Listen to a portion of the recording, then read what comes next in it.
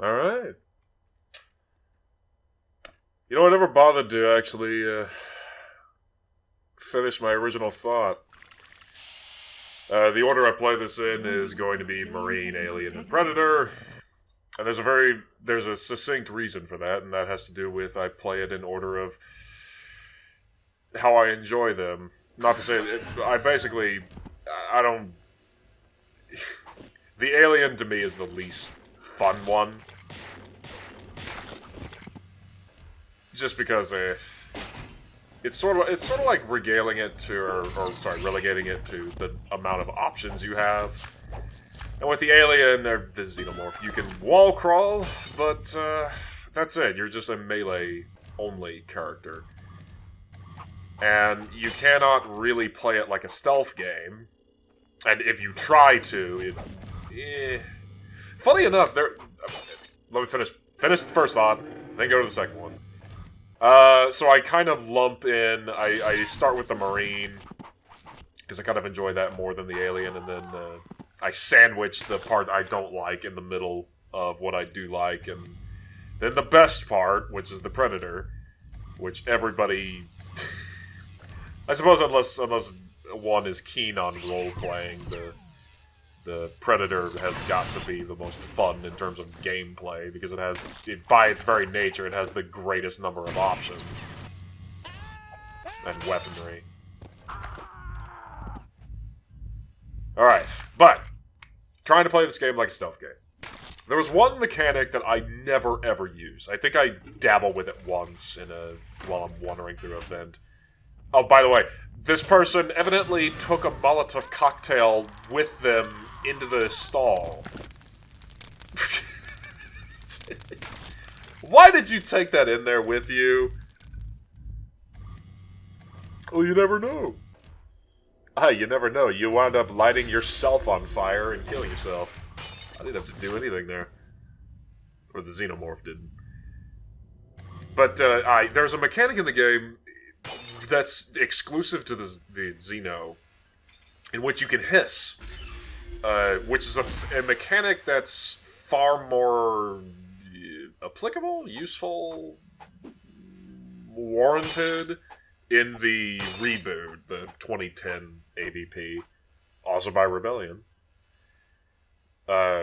Because that game, actually, they decided, oh, well, the Xenomorph should play like a stealth character. It should be a stealth game. Whereas in the original, you can kind of play it like that, and the whole idea behind the glow that I never bothered to explain, whenever you're in normal vision, enemies that are not synthetic will glow.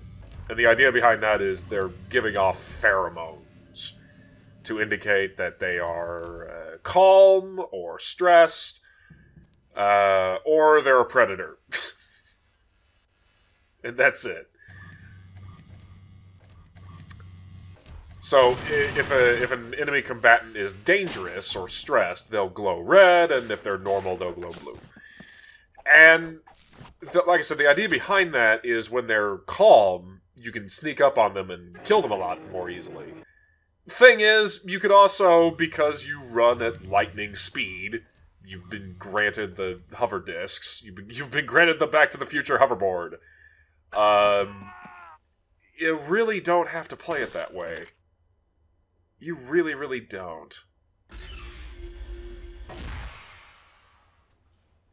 Although, granted, contrasted with the Marine, it is actually far more vital for you to actually defeat your enemies, as opposed to the Marine, in which you can just run away.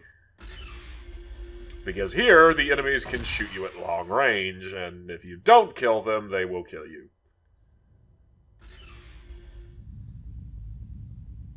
Back to what I was saying last time, I was talking about what exactly do you have the alien do, and a clever solution to that, I was thinking about the comic books, which I finally discussed, but a clever solution to that is you need to give the Xenomorphs not necessarily a grand goal. You don't need to give them an overarching motivation.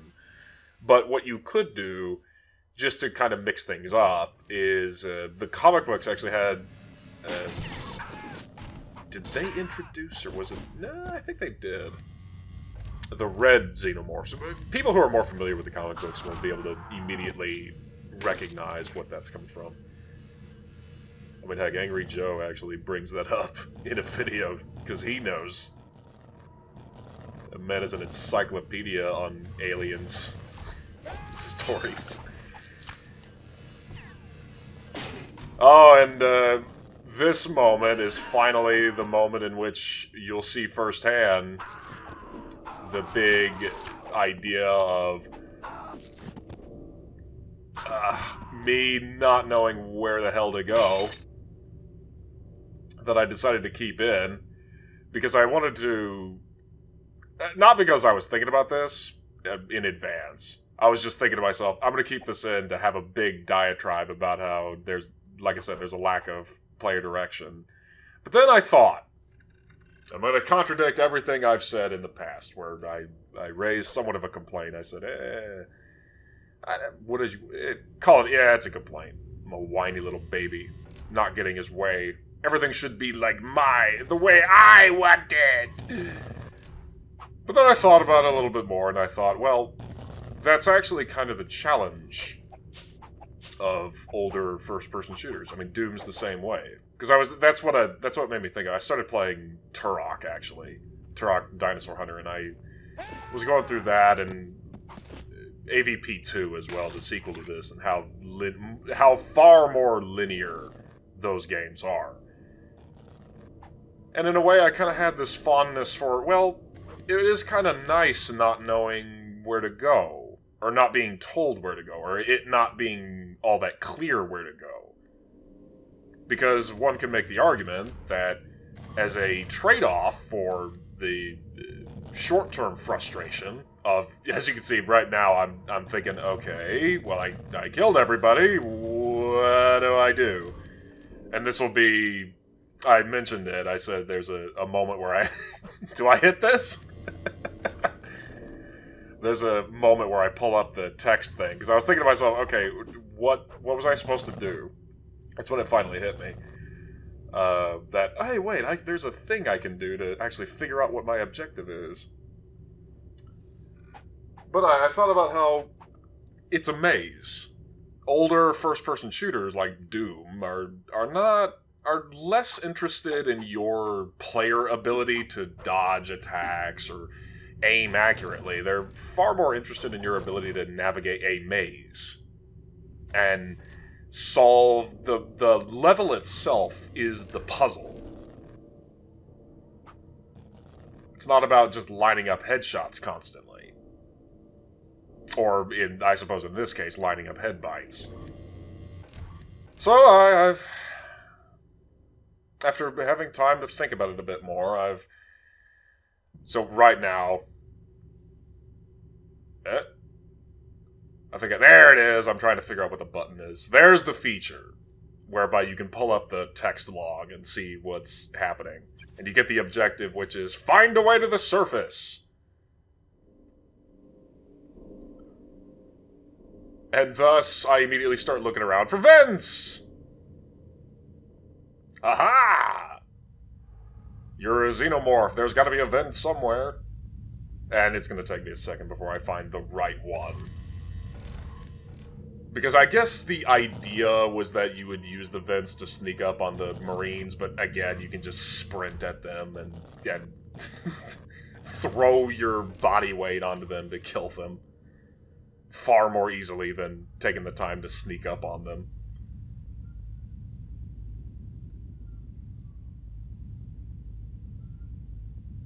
So I've come around. You hear that? I can admit A, contradictory belief, but also B, there's a term for that. It's cognitive dissonance. Basically it's double thinking.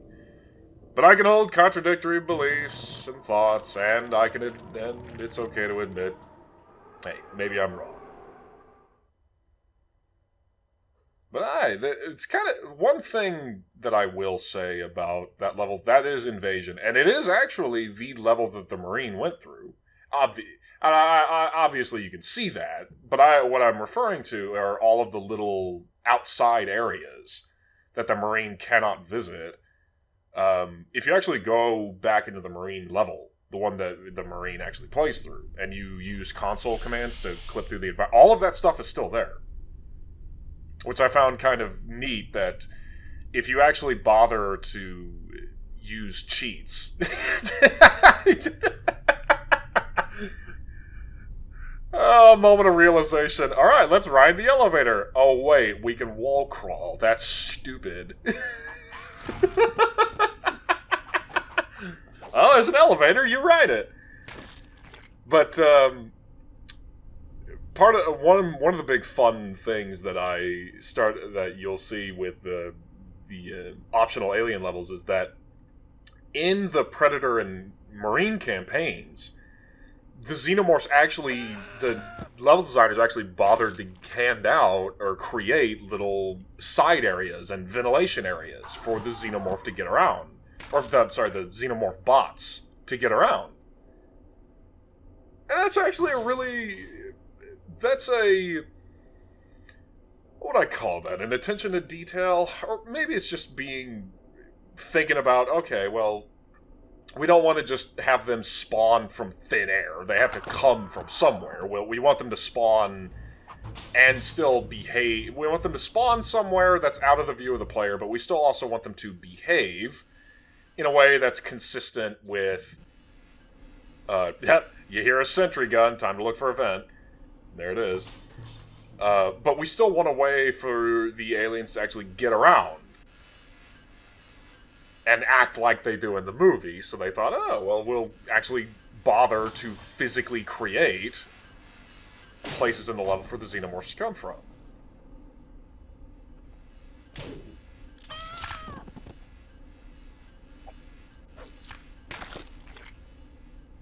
So, hey, good level design. Very, very good level design.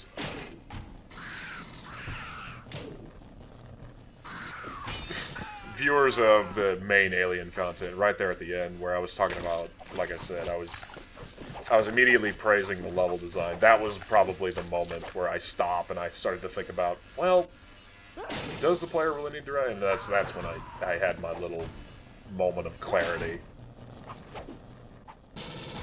Would I call this game a classic? That's debatable. But that, obviously, what people term a classic, something that's significant, I don't necessarily view this game as being particularly significant outside of it is a movie-licensed game that is good. That is very well... that the populace at large has judged to be of high quality. If that is how you view a classic, then yes. From my standpoint, it's a good game. I don't necessarily think it's a classic, because I don't... For me, I'm more so looking for things that are notable in terms of advancing game design or setting trends or anything. This is mostly just utilizing the tried and true FPS mechanics and controls that had already been cemented by that time. So, it is a good FPS that uses the Aliens and Aliens vs. Predator license. And that's all it ever needed to be. But, I mean, these days, you look at movie tie-in games, and especially more modern examples of Alien games. Of which I haven't played any, because I've just never been really interested in them. Alien Isolation, I hear, was really good. I hear, but I watched an abridged LP of it, and I just kind of said, that doesn't look like it's my cup of tea. It's just another...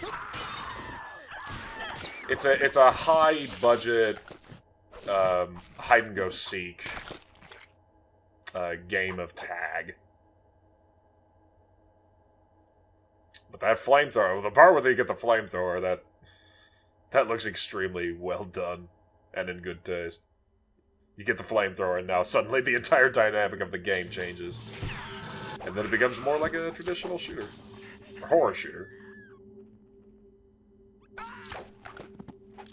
The objective here, for whatever reason, the Queen, our Queen, Her Glorious Majesty, has... The objective was to kill 3 corporate officers. Why? How will that help the Hive? How does the Hive know that they're significant?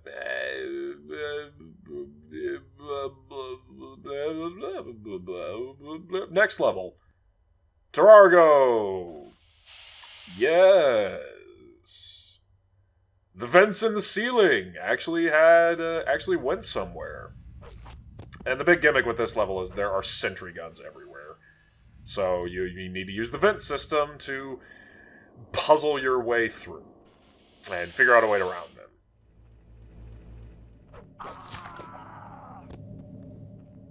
Something else I was thinking about at the time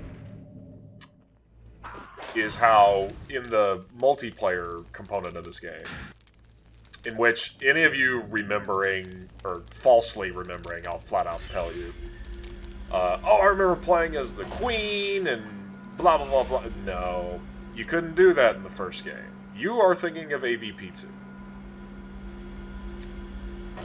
First game, I don't think you could actually play as anything bigger than a Praetorian. And even then, heck, even my memory might be faulty. Because when I was going through the skirmish, I was kind of just bopping around. Because obviously you can play on Steamworks these days. But I was just kind of bopping around in a LAN setup because I can't play online games. Not for being poor, but for being where I am out in the boonies. But what was I gonna say? All right, I'm bopping around in the LAN setup just by myself, just to kind of see, well, what was this? What might this have been like? And you can only really play as just a basic drone or a basic warrior. I can't even begin. Now, I do remember playing a couple of games way back in my youth when we finally had internet. Or a good enough internet, I should say. And from what I recall, very loosely, everybody wanted to play the Predator because you had way more health and you had just the cheapest set of, or the most low skill, low effort, high kill rate weapons imaginable. Or people wanted to play the Alien, and hey, they are the title. They're the title match. Playing as a Marine sucked. And basically the only way that you could actually kill anything, because of, again, the speed at which player characters move, is with the grenade launcher, or the smart gun, or the minigun. And aliens would basically just leap all over the place and start slapping the air wildly until they killed something, and Predators would just obviously abuse all of their gadgets. And if you got clipped by the plasma pistol, I'll just say that. Yeah, there's a plasma pistol in the game. It was basically over for you. You'd get stunned, and that was it. So I would not be one to call the multiplayer in AVP Classic very fun. Not what I would call enjoyable. Even for people who are good at it.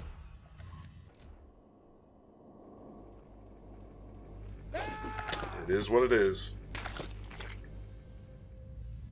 Games back then, let's see, was Unreal Tournament, which one was out at the time? Was it the first one? The second one to come out? I don't remember. I never played Unreal Tournament. Not really. I played it with, I played it in high school with a bunch of my peers in a computer lab, but I never played it myself at home.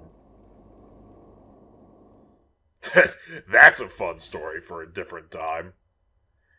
Then my brother during ROTC played Halo.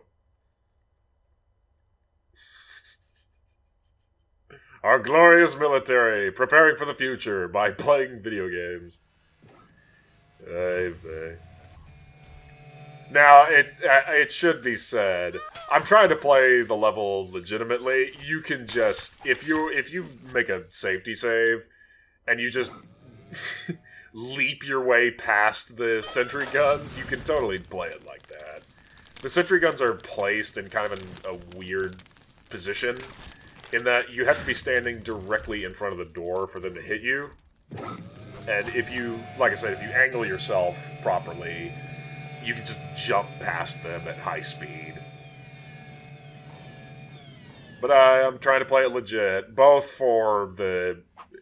I was going to say both. No, not for the sake of actually, oh, this is the way the level's supposed to be, but actually because I'm thinking about how, well, if I don't, I may not figure out, what exactly I'm supposed to do. I may not complete the actual objective. The objective, by the way, is the same as the last level. Find 3 company men and kill them. Why? How is that going to make the hive better? I mean, we've seen Weyland Yutani. They're the ones that decided to take the alien eggs to Earth. I mean, to me, I think, given their track record, they'll wind up propagating the xenomorph species all on their own. They don't even need help from the xenomorphs. They are umbrella levels of stupid when it comes to bioorganic weapons.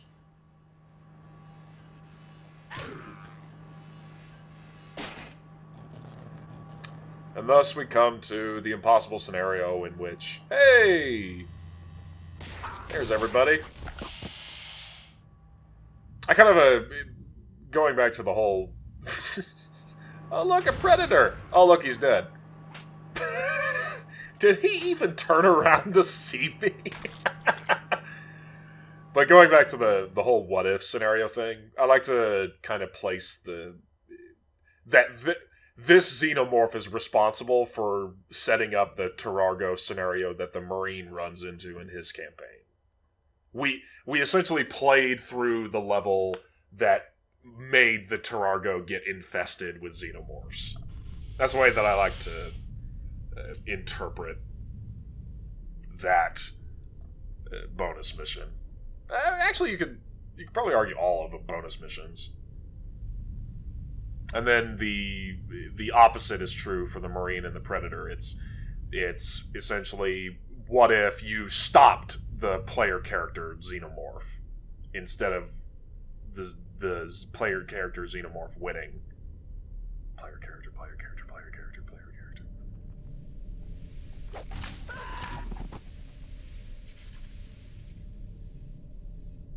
I need to make that distinct. I have to, because, again, and I suppose the AI bugs move that quickly too.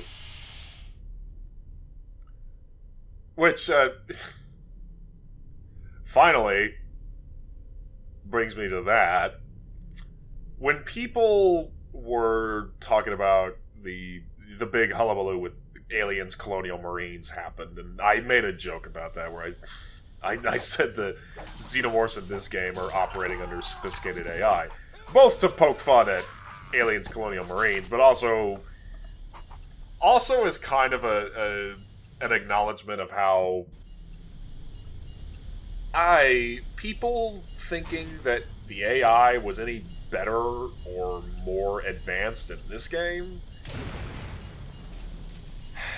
I don't want to call those people naive or dumb, because they're not. And they could just as easily bark back at me and be completely valid about it in saying, well, it's an older game. You know, it's perfectly acceptable for AI to be ultra simplistic, and they're missiles that come at you in a game from 1999, and it's less acceptable when somebody tells you they're super sophisticated and then they're not. And yes, that's absolutely valid. But I liken it to the fear, the FEAR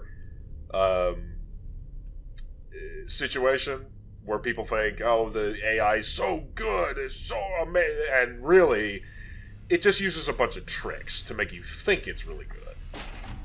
Is it good? Yes. It's not poor, but it's not this revolutionary advancement in enemy bot AI in a video game, or a computer game. No, it's just that they happen to be prudent enough to give the enemy bots the same abilities that the player character has. The enemy xenomorphs can crawl on the walls. And so when people see that, again, they're not there's no advanced process that the AI is going through to determine, oh, the best route to take or anything. They're just beelining it for the player. And if they happen to collide with a wall, they're probably just assigned to just tether to it, or just crawl on it like the player can, and that's it. And so people see that and they go, "Wow, they're doing the thing that they're supposed to do." And yes, they are, but not because it's planned, and not because it's not premeditated. Or even a conscious decision. It just happens to be the case. It's completely circumstantial, would be the word I'm digging here.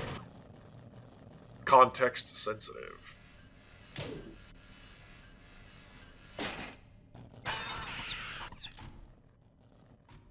You know, you gotta tell... Think about this for 1 minute, in terms of something that's diegetic. Are the Marines just happy with the level of lighting in this level? If they're existing in this space,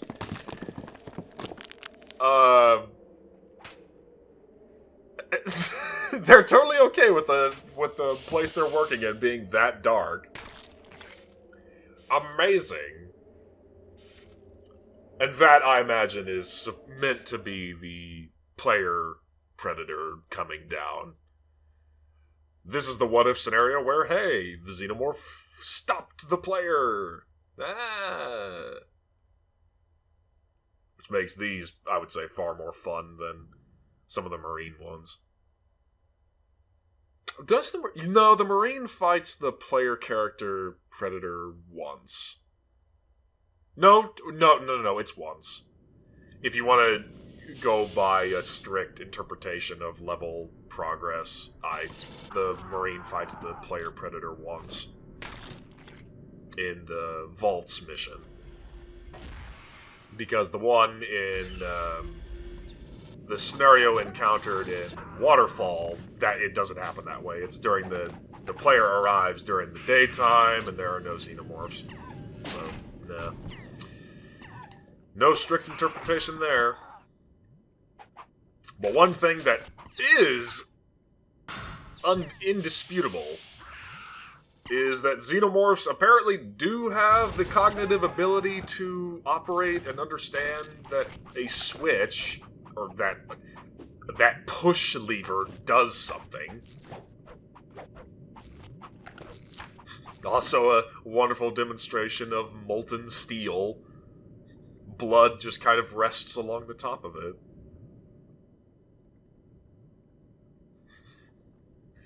Instead of evaporating instantly and burning. It's not lava, by the way. This is meant to be the same planet from Alien 3, Fury 161. Which is a prison/steel mill.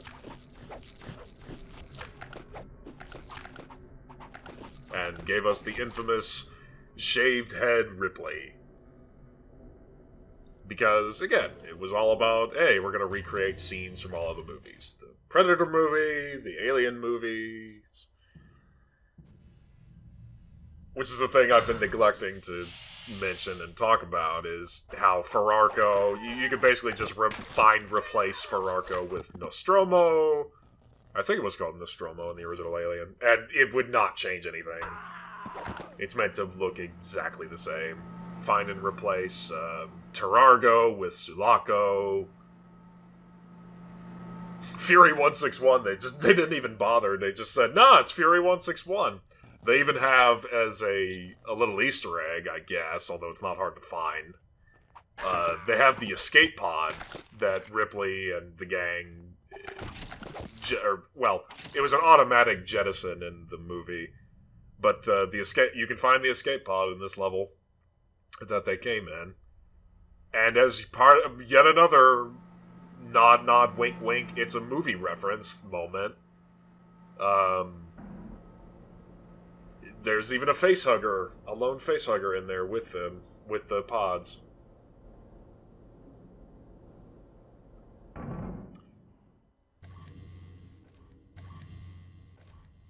Now, you could interpret that to be the player character, I suppose, because when the player Predator comes here, the same thing happens. It's, the player kind of clears the place out of xenomorphs, but as I said with the Marine, they spawn infinitely. You cannot actually deplete them of numbers. But if we want to interpret it narratively, in terms of storytelling, then the player Predator kills all the xenomorphs and then comes across human enemies, so I guess that could be the player Predator. The objective, by the by, hitting all these switches, what do they do? It turns off sentry guns located throughout the level. So I came upon that sentry gun and I started hitting it and then realized, oh wait, it's already turned off. Why?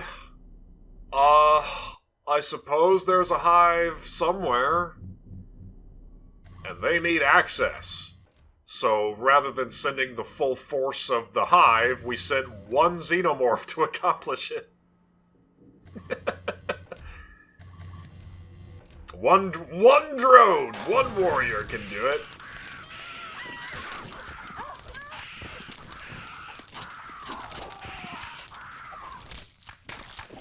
And sure enough, it does. God, I just realized I need to think of a hover disc, hoverboard equivalent for the Predator. What would a Predator have? What's a movie reference I can use? I'll take the game's model. I'll think of something.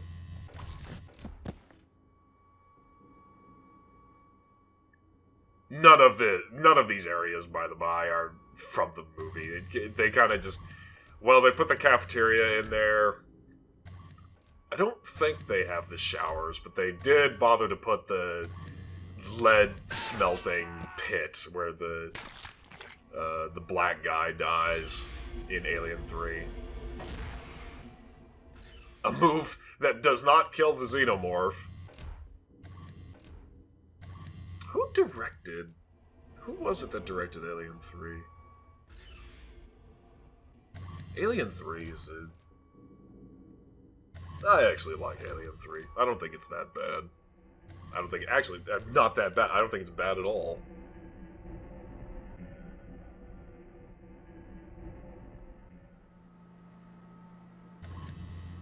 Then again, I am thinking more of I've seen the director's cut of Alien 3, what's come out of it.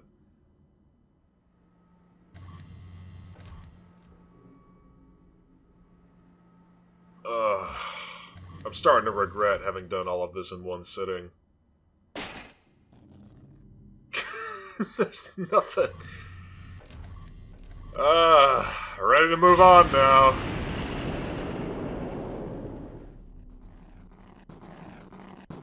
By the way, you were supposed to do that. You were supposed to blow yourself up to get past that fan. The fans are unbelievably lethal, and well, and you probably hear that and you roll your eyes. What I mean to say by that is, what I mean when I talk about the fans, they have a suction effect in the invasion level. It doesn't happen to the Marine. I think they've purposefully given the Marine a greater amount of gravity, but it will happen to the Predator, and it does happen to the Xenomorph, the alien. If you stand near the path of the fans, they will actually suck you up into them and kill you. Which is completely bizarre.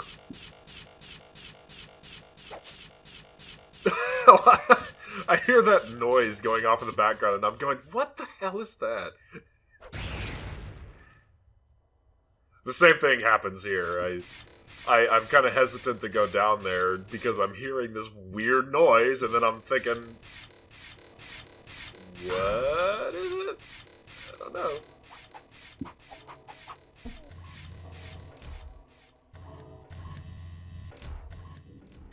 And then we come to this part. This, I'll flat out admit, I cut out about 2 or 3 deaths. Not from that smart gun, by the way. The smart gun, as I was talking about in the Tarago level, if you can just jump past them, they're not actually that big of a problem.